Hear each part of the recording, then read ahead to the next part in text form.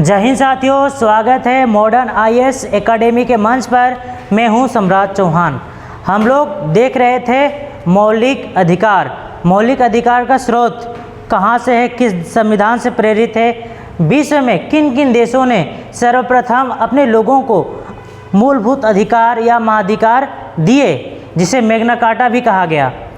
हम लोग देखें ब्रिटेन में 1215 में जॉन, वहाँ के जो शासक थे, उन्होंने जनप्रतिनिधियों से समझौता करके वहाँ के लोगों को विशेष अधिकार देते हैं, महाधिकार पत्र, जिसे मैग्ना कार्टा कहा जाता है।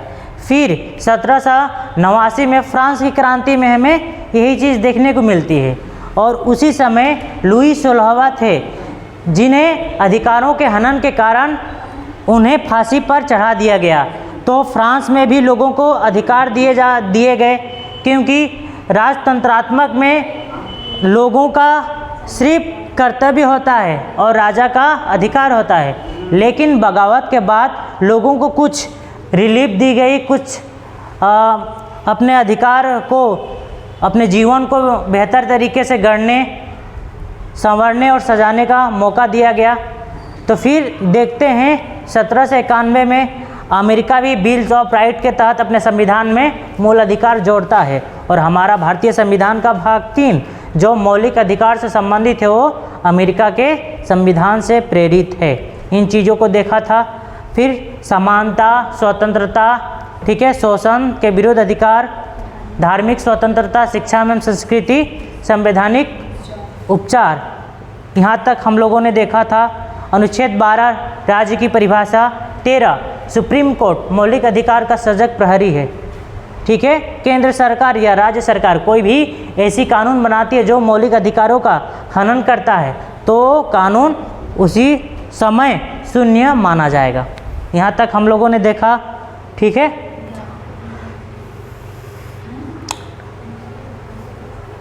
आज हम लोग देखेंगे अनुच्छेद 20। कल हम लोग अनुच्छेद 19 देखे थे ना, ठीक है। आज हम लोग देखेंगे अनुच्छेद 20।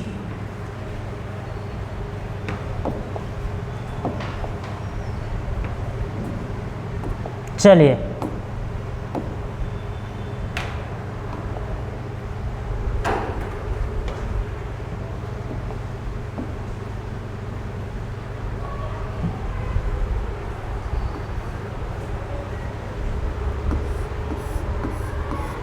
अनुच्छेद 20 है क्या? तो ये अपराधों के दोष सिद्धि के संबंध में संरक्षण, यानी कि जो अभियुक्त होगा, जो दोषी होगा, उसे इससे कुछ चीज़ों में उसे छूट दी गई है, यानी कि उसे भी अपना डिफेंड करने का अधिकार है, ठीक है। उसका भी मानवीय गरिमा है, भले वो अपराधी है, लेकिन अपराधी बनने से पहले, अपराधी होने से पहले भी वो एक इंसान है। इसीलिए हमारा संविधान ने उसे भी ऐसा अधिकार दिया है जो मार पीट कर कोई भी पुलिस, ठीक है, कोई भी दरोगा, कोई भी एसपी उसे अपने खिलाफ गवाही देने के लिए मजबूर नहीं कर सकता। और अगर एक अपराध करता है तो एक अपराध के लिए एक ही, ठीक है, अनुच्छेद 20 लिखना है आप लोग को, आगे नहीं। एक अपराध के लिए एक ही सज़ा होगा, ठीक है। एक अपराध के लिए एक ही सज़ा होगा। सपोज आप में से कोई एक किसी चीज़ में आप लोग अपराधी पाए गए। वर्तमान के भारतीय संविधान कुछ और कहता है, उसके हिसाब से आपको सज़ा मिल गया हफ्ता 10 दिन का। लेकिन भविष्य में कुछ ऐसे कानून आएंगे जो इससे थोड़े अलग होंगे, तो वो कानून आप पर लागू नहीं होगा, क्योंकि एक दोष के लिए, एक अपराध के लिए आप सज़ा काट चुके हैं। वो वाला कानून के हिसाब से आप पर मुकदमा नहीं चलाया जा सकता, ठीक है। वर्तमान में चोरी का जो मुकदमा है, चोरी का जो सज़ा होता है, वही मिलेगा। भविष्य में चोरों के लिए हाथ काटने का प्रावधान आ जाए तो वो वाला कानून आप पर, आपके जो केस था उस पर लागू नहीं होगा, क्योंकि आप अपना सज़ा काट चुके हैं। ठीक है। तो जो वर्तमान में कानून है उसी के हिसाब से आपको सज़ा होगा, और ना उससे बाद और ना उससे पहले, ठीक है, जो वर्तमान में है। तो वही है, अपराधों के दोष सिद्धि के संबंध में कुछ संरक्षण दिए गए हैं। तो लिखिए आप लोग अनुच्छेद 20 क्लोज ए।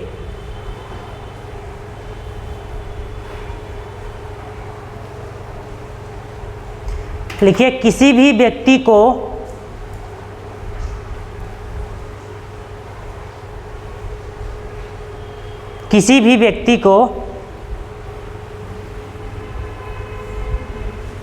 अपराध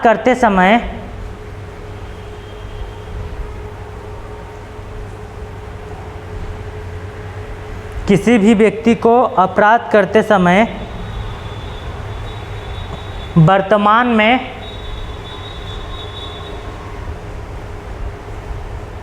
जो कानून है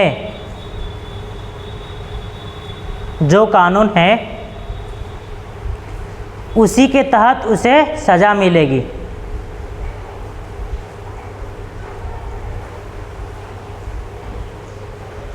उसी के तहत उसे सज़ा मिलेगी,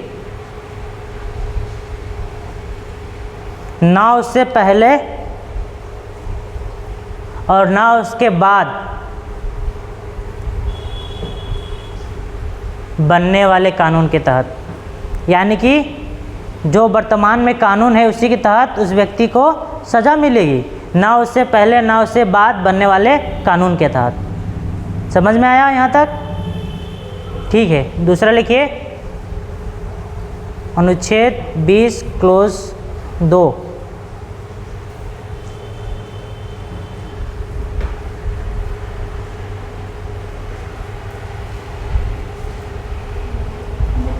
हो गया। एक अपराध के लिए एक ही सज़ा मिलेगी।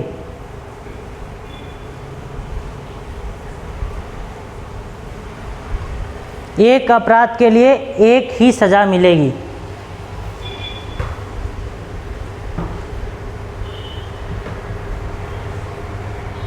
कोई दिक्कत यहाँ तक?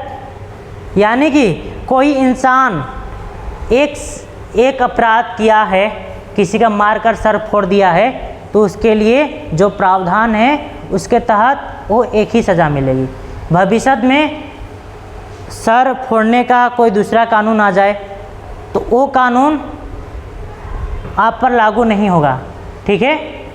अब पता चला आप चोर थे और आपका क्रिमिनल बैकग्राउंड था, तो आप पर मुकदमा हो गया है। फिर कुछ सालों के बाद नया कानून आता है तो कोई चाहे कि उस कानून के तहत फिर आपका चोरी वाला चाहे क्रिमिनल बैकग्राउंड वाला निकाल कर फिर दोषी आपको सज़ा दिया जाए, तो नहीं हो सकता। एक अपराध के लिए एक ही सज़ा होगा जो वर्तमान में कानून है, ठीक है। बाद में जो बनेगा उसके आधार पर कोई भी पुलिस आपको फंसा नहीं सकता, आपको दोषी नहीं करार दिया जा सकता, ठीक है। तो एक अपराध के लिए एक ही सज़ा मिलेगी। अब लिखिए अनुच्छेद 20 क्लोज 3।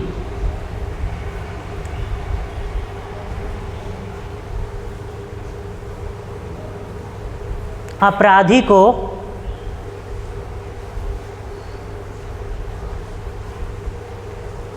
को स्वयं के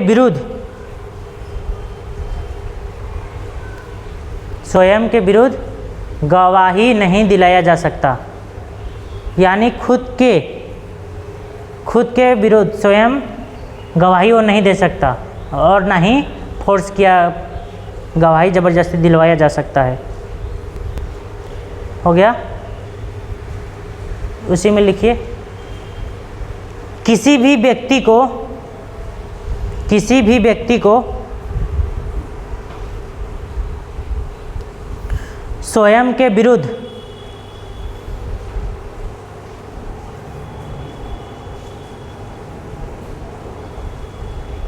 न्यायालय में गवाही देने के लिए मजबूर नहीं किया जा सकता। मजबूर नहीं किया जा सकता।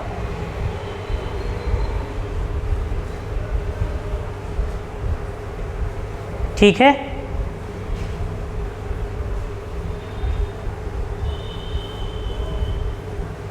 पीडीएफ भी आप लोगों को उपलब्ध हो जाएगा, डोंट माइंड, ठीक है। हो गया। न्यायालय में स्वयं के विरुद्ध गवाही देने के लिए मजबूर नहीं किया जा सकता, ठीक है, और ना ही कोई फोर्स करेगा। कोई भी व्यक्ति पुलिस के सामने डंडा ना पड़े इसके डर से बोल देता है कि हाँ ये जुल्म मैंने किया है, लेकिन कोर्ट के सामने पलट जाता है, बोल देता है कि मुझे डरा धमका कर मेरे साथ मारा पीटी हुआ, डराया धमकाया गया, इसके डर के कारण मैं बोल दिया। माय लॉर्ड ये सही नहीं है, सही ये है कि मैं निर्दोष हूँ। तो पुलिस के सामने जो कोई भी व्यक्ति कुछ भी बोल दे मायने नहीं रखता है स्टेशन में। मेन है जब कोर्ट के सामने, जज के सामने जो बोला जाता है उसे ही वैध माना जाता है और उसे ही रिकॉर्ड किया जाता है, ठीक है। तो किसी को भी बाध्य नहीं किया जा सकता मार पीट कर। तो इसीलिए आप लोगों में कोई अगर पुलिस के हत्थे कभी चढ़े तो पुलिस अगर उगलवाना चाहे तो बोल दीजिएगा हाँ मैंने किया, लेकिन कोर्ट में पलट जाइएगा, ठीक है। क्योंकि एक रणनीति होता है ये भी, बेवजह पुलिस का डंडा क्यों खाए, मार क्यों खाए, और मारते हैं तो ऐसे मारते हैं कि देखन में छोटे लागे घाव करे गंभीर, ठीक है। ऊपर से नॉर्मली मारेंगे अंदर बहुत दर्द होता है। तो इससे बचने के लिए आप लोग कबूल कर लीजिएगा हाँ मैंने किया है, लेकिन कोर्ट तो है ना, वो लोग कोर्ट के मजिस्ट्रेट के पास ले जाते हैं, वहाँ पर अपना स्टेटमेंट बदल दीजिएगा। तो ये चीज़ें हैं, संरक्षण हमें मिली है संविधान से। बोलिए। नहीं हो सकता। पुलिस स्टेशन में ये संभव नहीं है। आप सार्वजनिक जगहों पर कर सकते हैं ये चीज़ें। नहीं होगा, वीडियो बना लेगा तभी कोई नहीं है, वो माने नहीं माना जाएगा। क्योंकि आप उसके डर से भी तो बोल सकते हैं कैमरा पर, ठीक है, उसके डर से भी बोल सकते हैं, तो मान्य नहीं होता है। रेयर केस में ऐसा होता है जो मजिस्ट्रेट सामने रहता है और तब रिकॉर्ड किया जाता है, वो दुर्लभ केसों में ऐसा होता है, लेकिन सामान्य केसों में ऐसा नहीं माना जाता है। साक्ष्य के आधार पर ही हमारा न्यायालय चलती है, ठीक है, ना किसी के खुद के गवाही से। तो साक्ष्यों का एविडेंस रहेगा तो आप सूली पर लटक जाएंगे और कमी रहेगा तो बच जाएंगे। अगला हम लोग देखेंगे अनुच्छेद 21। आप लोग लिखेंगे पॉइंट, बहुत ही इम्पोर्टेंट है, पीडीएफ भी दे दिया जाएगा आप लोग को। अनुच्छेद 21 किससे संबंधित है? तो प्राण और दैहिक स्वतंत्रता का अधिकार, ठीक है, प्राण एवं दैहिक स्वतंत्रता का अधिकार, यानी कि गरिमापूर्ण जीवन जीने का अधिकार। मैंने शुरुआत में ही कहा था, अधिकार हमें कई प्रकार से मिलते हैं। एक प्राकृतिक अधिकार भी होता है जिसमें हमें जीवन जीने, सांस लेने के भी अधिकार मिलते हैं। और ये अधिकार किसने दिया है? तो प्रकृति ने हमें प्रदान किया है। क्या? तो जीवन एवं सांस लेने का अधिकार। तो हमें गरिमापूर्ण तरीके से ही जीवन जीने दिया जाए, यही संविधान का अनुच्छेद 21 कहता है, प्राण और दैहिक स्वतंत्रता का अधिकार। बड़ा से बड़ा कोई भी, कितना भी बड़ा अपराधी क्यों ना हो, उसे भी सूली पर चढ़ाया जाता है तो उसका अंतिम इच्छा पूछा जाता है। गरिमापूर्ण तरीके से उसका, अगर हिंदू से है, चाहे मुसलमान समुदाय से है, चाहे अलग समुदाय से है, तो इसके हिसाब से उसका प्रक्रिया भी किया जाता है, ठीक है, उसका अंतिम इच्छा भी पूछा जाता है। और यहाँ पर प्राण एवं दैहिक स्वतंत्रता में हर प्रकार का चीज़ें आ जाता है जो मानवीय गतिविधियाँ, क्रियाकलाप होती हैं। और इसी में एक प्रश्न बहुत ही फेमस है, अपना जीवन साथी चुनने का भी अधिकार है, क्योंकि ये गरिमापूर्ण जीवन जीने से संबंधित है। कौन? तो अनुच्छेद 21, इसमें गरिमापूर्ण जीवन जीने का अधिकार है, ठीक है। सेल्फ रिस्पेक्ट पर कोई उंगली उठाया, चाहे आपको कोई बेवजह बदनाम किया, तो आप कोर्ट भी जा सकते हैं, मानहानि के केस भी कर सकते हैं इसी के तहत, ठीक है। तो ये कई बार आया हुआ है, जीवन साथी चुनने का अधिकार, ठीक है, जीवन साथी चुनने का अधिकार संविधान के किस अनुच्छेद में है? हालांकि वर्णन नहीं है, वर्णन नहीं है, लेकिन गरिमापूर्ण जीवन बोलते ही वो भी तत्व शामिल हो जाते हैं जो जीवन से, व्यक्तिगत जीवन से संबंधित होते हैं। इसमें जीवन साथी, मनपसंद जीवन साथी का दामन पकड़ने का अधिकार हमें अनुच्छेद 21 देता है। ठीक है, चलिए आप लोग लिख लीजिए अनुच्छेद 21 क्लोजे शिक्षा का अधिकार। ठीक है, 86वां संविधान संशोधन कब हुआ था? तो 2002 में हुआ था। ठीक है, 86वां संविधान संशोधन। इसमें तो 6 वर्ष से 14 वर्ष के बच्चों को निःशुल्क शिक्षा का प्रावधान है। लिख लेंगे आप लोग, निःशुल्क शिक्षा का प्रावधान है। हाँ, 86वां संविधान संशोधन 2002 में होता है और इसी के तहत 6 से लेकर 14 वर्ष के बच्चों को निःशुल्क शिक्षा का प्रावधान किया जाता है। लिख लेंगे। ठीक है, फिर हम लोग अगला देखेंगे अनुच्छेद 22। अनुच्छेद 22 किससे संबंधित है?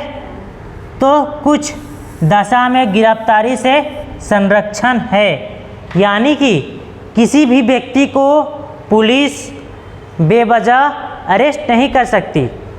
आप पुलिस वालों से अरेस्ट होने का कारण भी पूछ सकते हैं। ठीक है, कोई भी जी, हाँ, मैं क्या अपराध किया हूँ, मैं कोऑपरेट करने के लिए तैयार हूँ, मेरा दोस्त क्या है, कृपया बताएं, अरेस्ट क्यों कर रहे हैं? तो बेवजह किसी को नहीं उठा सकता, क्योंकि ये मौलिक अधिकार हमें ये चीज़ें दिया है। कोई किसी को बेवजह उठा नहीं सकता और ना ही अरेस्ट कर सकता है, लेकिन रेयर केस को छोड़कर। और अरेस्ट कब तभी करता है जब उसे संदेह रहता है कि ये आदमी देश के लिए, समाज के लिए या किसी जिला के लिए खतरा पैदा कर सकता है और खूंखार आतंकवादियों, देश विरोधी गतिविधियों के साथ इसका मिली भगत है, वो भी शामिल है। इसे ये जब तक बाहर रहेगा तब तक खतरा है, तो उसे पहले ही माने उस घटना को अंजाम देने से पहले ही अरेस्ट किया जा सकता है। ठीक है, तो इसे निवारक निरोध भी कहते हैं, लेकिन आम जनमानस को कोई बेवजह अरेस्ट नहीं कर सकता। अगर करता है तो हम लोगों का, आप लोगों का पूरा अधिकार है कि कारण जाने कि हमें अरेस्ट क्यों किया गया है। ठीक है, तो कुछ दशा में गिरफ्तारी से संरक्षण है, बेवजह आपको कोई टॉर्चर नहीं कर सकता। समझ में आया? इसी में 22 में ही कुछ पॉइंट आप लोग लिखेंगे।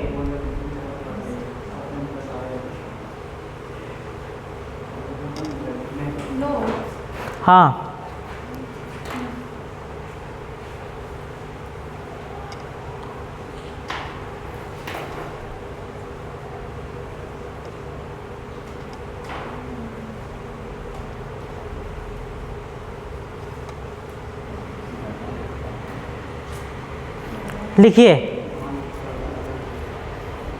लिखिए उसी में गिरफ्तारी का कारण जानने का अधिकार है। अनुच्छेद 22 पॉइंट है, गिरफ्तारी का कारण जानने का अधिकार है। किसे?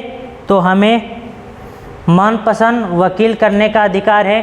अगर किसी केस में आप लोग फंस जाते हैं तो अपना दूसरा पॉइंट में लिखिएगा, मनपसंद वकील करने का भी अधिकार देता है और अपना गिरफ्तारी का वजह जानने का भी अधिकार है आप लोग के पास। तो मनपसंद वकील करने का अधिकार, ठीक है, और गिरफ्तार होने का कारण भी जान सकते हैं। तीसरा पॉइंट लिखिए, 24 घंटे में कोर्ट में उपस्थित किया जाना चाहिए। अगर आपका अरेस्ट होता है, आप गिरफ्तार होते हैं, तो जो पुलिस अधीक्षक होते हैं तो 24 घंटे के अंदर निजी जो जिला न्यायालय है वहाँ के मजिस्ट्रेट के सामने आपको लेकर उपस्थित होना ही पड़ेगा उन लोगों को। अगला है, किसी भी व्यक्ति को संदेह के आधार पर गिरफ्तार कर सकते हैं, ठीक है, कर सकते हैं, बशर्ते वो इंसान देश विरोधी गतिविधियों के साथ संलग्न हो। संदेह के आधार पर भी गिरफ्तार कर सकते हैं, जिसे निवारक निरोध भी कहते हैं, यानी कि घटना घटने से पहले ही उसे असफल कर देना। तो मनपसंद वकील करने का अधिकार भी अनुच्छेद 22 देता है, ठीक है। गिरफ्तारी का कारण आप जान सकते हैं, और जब कोई भी आदमी गिरफ्तार, मुजरिम गिरफ्तार होता है तो पुलिस का ये कर्तव्य है कि 24 घंटे के अंदर जो जिला न्यायालय है मजिस्ट्रेट के सामने ले जाकर प्रस्तुत करे, ठीक है। ये कुछ अधिकार हैं, हम लोग को जानना ज़रूरी है। ये अधिकार आप लोग को पता होगा तो कोई भी पुलिस बेवजह डरा धमका कर अरेस्ट नहीं कर सकता, बेवजह पैसा वसूली नहीं कर सकता। ये आपको डरा नहीं सकता कि आप मुझे पैसा नहीं देंगे, ठीक है, मोटा रकम नहीं देंगे तो आपको अरेस्ट करके जेल में डाल दूंगा, लॉकअप में डाल दूंगा, ठीक है, ये नहीं कह सकता। ये अधिकार आप लोग को मालूम होगा तो कोई नहीं बोल सकता। बोलेगा तो अनुच्छेद 22 है, बेवजह अरेस्ट नहीं कर सकते हैं, अरेस्ट करेंगे तो कारण बताना पड़ेगा आपको। तो ये अधिकारों को जानना ज़रूरी है, बहुत से लोग नहीं जानते हैं। अगला लिखिए, बीच में इसे रख दीजिएगा, शोषण के विरुद्ध अधिकार, जैसे समानता में आप लोगों ने लिखा बीच में।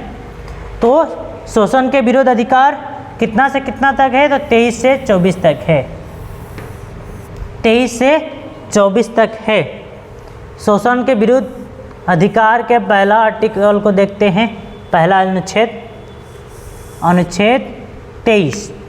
तो क्या है, मानव के साथ दुर्व्यवहार और बलात्श्रम पर प्रतिषेध, ठीक है, मानव के साथ दुर्व्यवहार और बलात्श्रम पर प्रतिषेध, यानी कि छोटे छोटे बच्चों से आप काम भी नहीं करा सकते, ठीक है, और मानव के साथ दुर्व्यवहार, क्रूरता भी नहीं कर सकते, और ना ही छोटे छोटे बच्चों को आप वैसे कार्य करा पाएंगे जो उन लोग के सूटेबल नहीं है। तो ऐसे कार्य आप नहीं करा सकते बशर्ते उसका एज ना हुआ हो। तो शोषण के विरुद्ध अधिकार के तहत, ठीक है, जेल भी कोई इंसान जा सकता है।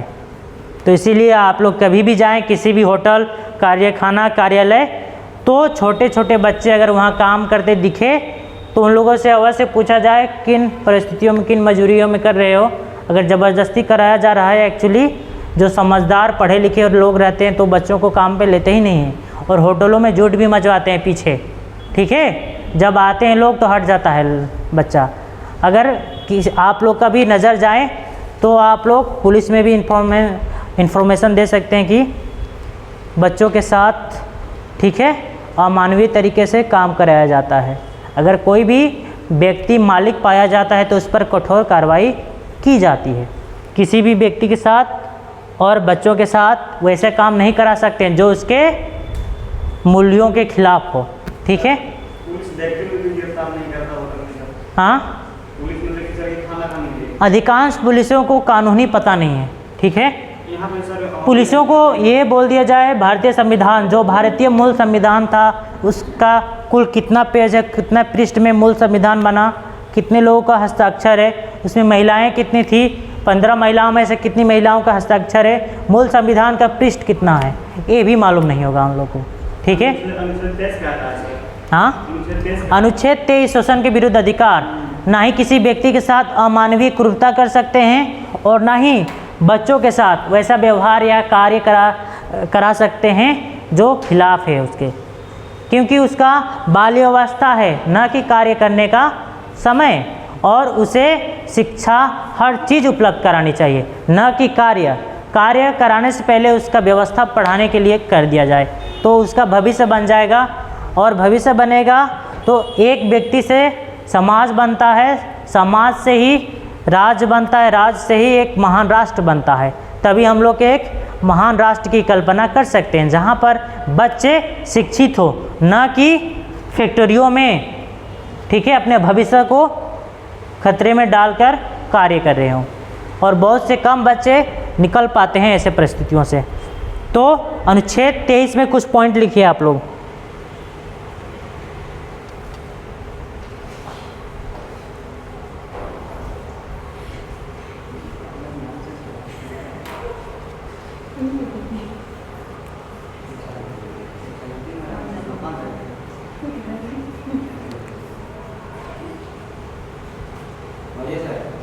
लिखिए।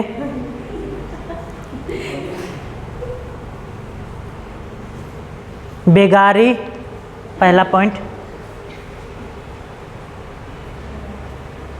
बेगारी, बाल श्रम एवं मानव दुर्व्यवहार का प्रतिषेध।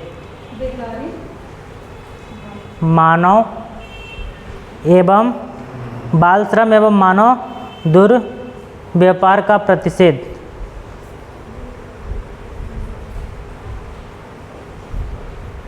किसी भी इंसान के साथ शोषण नहीं किया जा सकता, ठीक है, उसके साथ वैसा कृत्य नहीं किया जा सकता जो संविधान इजाज़त नहीं दे सकता। बहुत से जगहों पर मानव तस्करी भी होता है, ठीक है, लोगों का अंग भी बेच दिया जाता है। जो कमज़ोर लोग होते हैं, बहुत से जगहों पर मानव तस्करी भी हो जाता है। तो ये भी अनुच्छेद 23 के तहत आएगा, शोषण के विरुद्ध अधिकार, ठीक है। अगला पॉइंट लिखिए आप लोग, दास प्रथा का निषेध।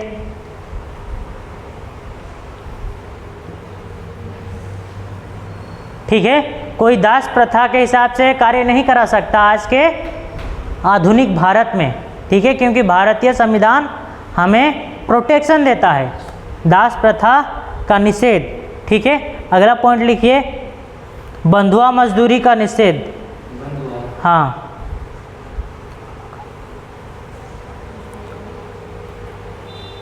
बंधुआ मजदूरी ये भी आप नहीं करा सकते बेवजह, विशेषकर बच्चों से। अगला पॉइंट लिखिए, मानव का क्रय विक्रय, यानी कि बेचा किनी आप नहीं कर सकते। क्रय विक्रय, क्रय विक्रय, बहुत से जगहों पर मानव तस्करी भी होता है, ठीक है, किडनियाँ निकाल ली जाती हैं, महत्वपूर्ण अंग निकाल लिए जाते हैं शरीर से, बेच दिया जाता है। तो ये भी अनुच्छेद 23 शोषण के विरुद्ध अधिकार, ठीक है। ना ही किसी इंसान के साथ दुर्व्यवहार कर सकते हैं, ना ही किसी इंसान को तालिबानी तरीके से सज़ा दे सकते हैं। कोई भी समाज में कोई लड़का लड़की कोई समाज के विरुद्ध, उनके विरुद्ध जाकर अपना कोई निर्णय लेती है तो पूरा समाज मिलकर तालिबानी तरीके से उसे सज़ा नहीं दे सकता, दंडित नहीं कर सकता, ठीक है, क्योंकि अनुच्छेद 21 भी इजाज़त देता है और अनुच्छेद 23 भी ये नहीं कहता है कि उसके साथ दुर्व्यवहार करिए, मारिए पीटिए या तालिबानी तरीके से उसे शासन दीजिए, या कोई भी बच्चे को बेवजह उसे ऐसे कामों में नहीं लगा सकते जो संविधान इजाज़त नहीं देता है, ठीक है। तो मानव का क्रय विक्रय भी निषेध है।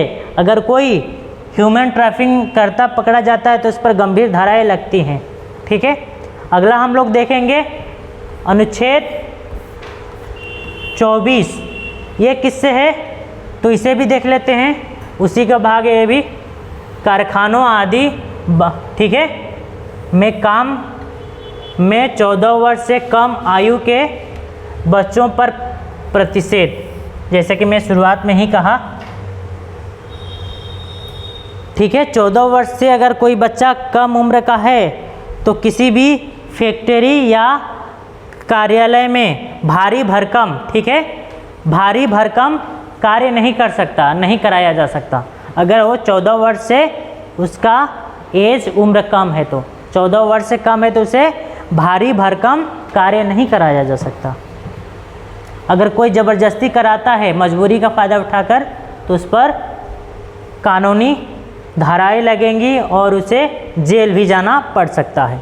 तो अनुच्छेद 23 और 24 शोषण के विरुद्ध अधिकार है, इसे हम लोगों ने समझा और हम लोग कीवर्ड बुलेट पॉइंट में नोट बनाते चलेंगे और यही नोट एग्ज़ाम में आप लोगों का बहुत ही सहायता करेंगे। आगे बढ़ेंगे, चलिए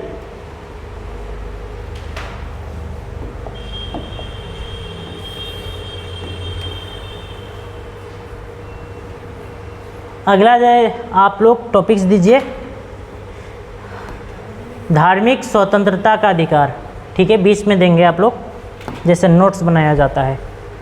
धार्मिक स्वतंत्रता का अधिकार अनुच्छेद 25 से 28 के बीच में है। तो अनुच्छेद 25 क्या कहता है उसे भी हम लोग देखेंगे।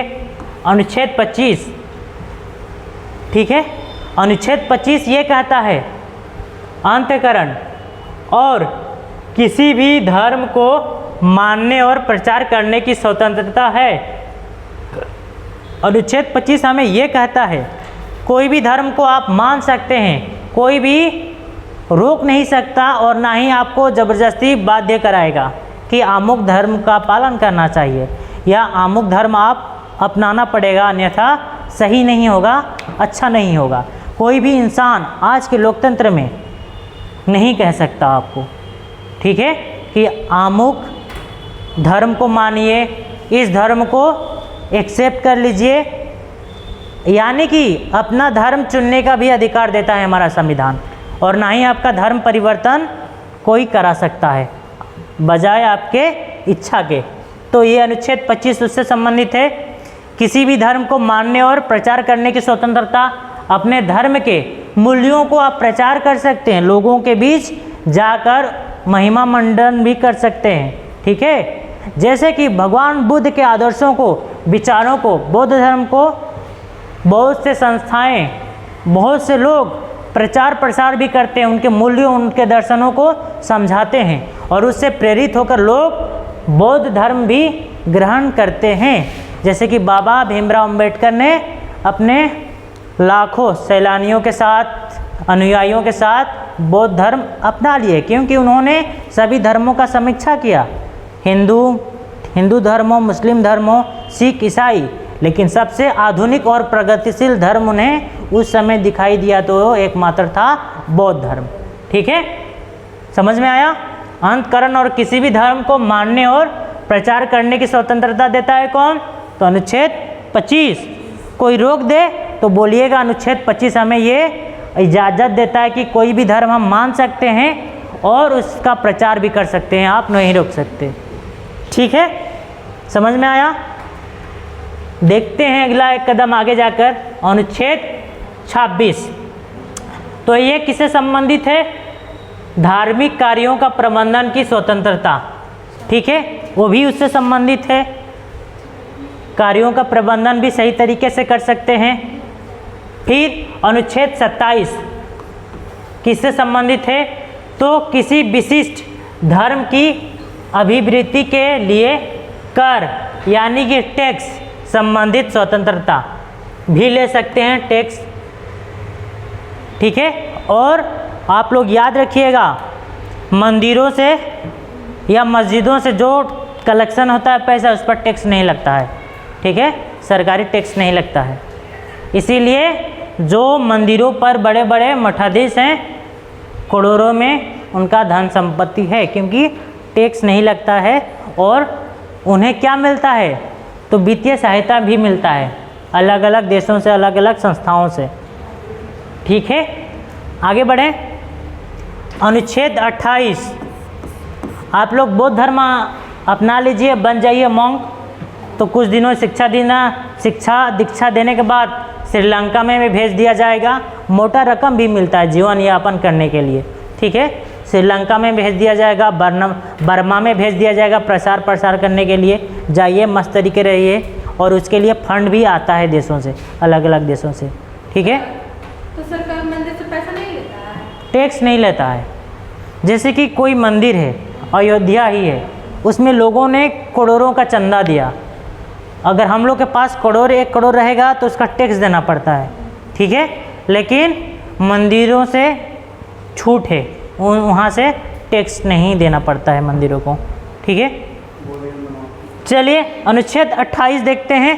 सरकारी शिक्षण संस्थानों में धार्मिक शिक्षा नहीं दी जाएगी। यही भारतीय संविधान की सबसे बड़ी खूबसूरती है। सरकारी शिक्षण संस्थानों में, यानी कि स्कूलों की बात कर रहा है, धार्मिक शिक्षा नहीं दी जाएगी, यानी कि किसी एक विशेष धर्म की शिक्षा नहीं दी जाएगी। ठीक है, विशेषकर सरकारी शिक्षा संस्थानों में धार्मिक शिक्षा का मतलब है किसी खास धर्म की शिक्षा नहीं दी जाएगी। भारतीय संविधान ये कहता है कि ठीक है, राज्य का कोई धर्म नहीं होगा, ठीक है, बल्कि सभी धर्मों का पालन करने का इजाज़त देगा वो। तो शिक्षा नहीं दी जाएगी तथा धर्म विशेष के कार्यक्रम में शामिल होने के लिए बाध्य नहीं किया जा सकता। ये बहुत ही इम्पोर्टेंट है, आप लोग लिखते जाएंगे और हम लोग कीबोर्ड में नोट्स को बनाते चलेंगे। यहाँ तक कोई डाउट? चलिए आगे बढ़ते हैं। तो आज के लिए इसे यहीं रोकते हैं। क्लास आप लोग शुरू से अंत तक अवश्य देखें, बहुत ही मज़ेदार, बहुत ही शानदार ये क्लास है और आप लोग को PDF भी उपलब्ध करा दिया जाएगा। अभी तक चैनल को सब्सक्राइब नहीं किए तो सब्सक्राइब कर दें, बेल आइकन को दबा दें, लाइक कर दें, अपने साथियों में शेयर भी करते हैं। बहुत बहुत धन्यवाद।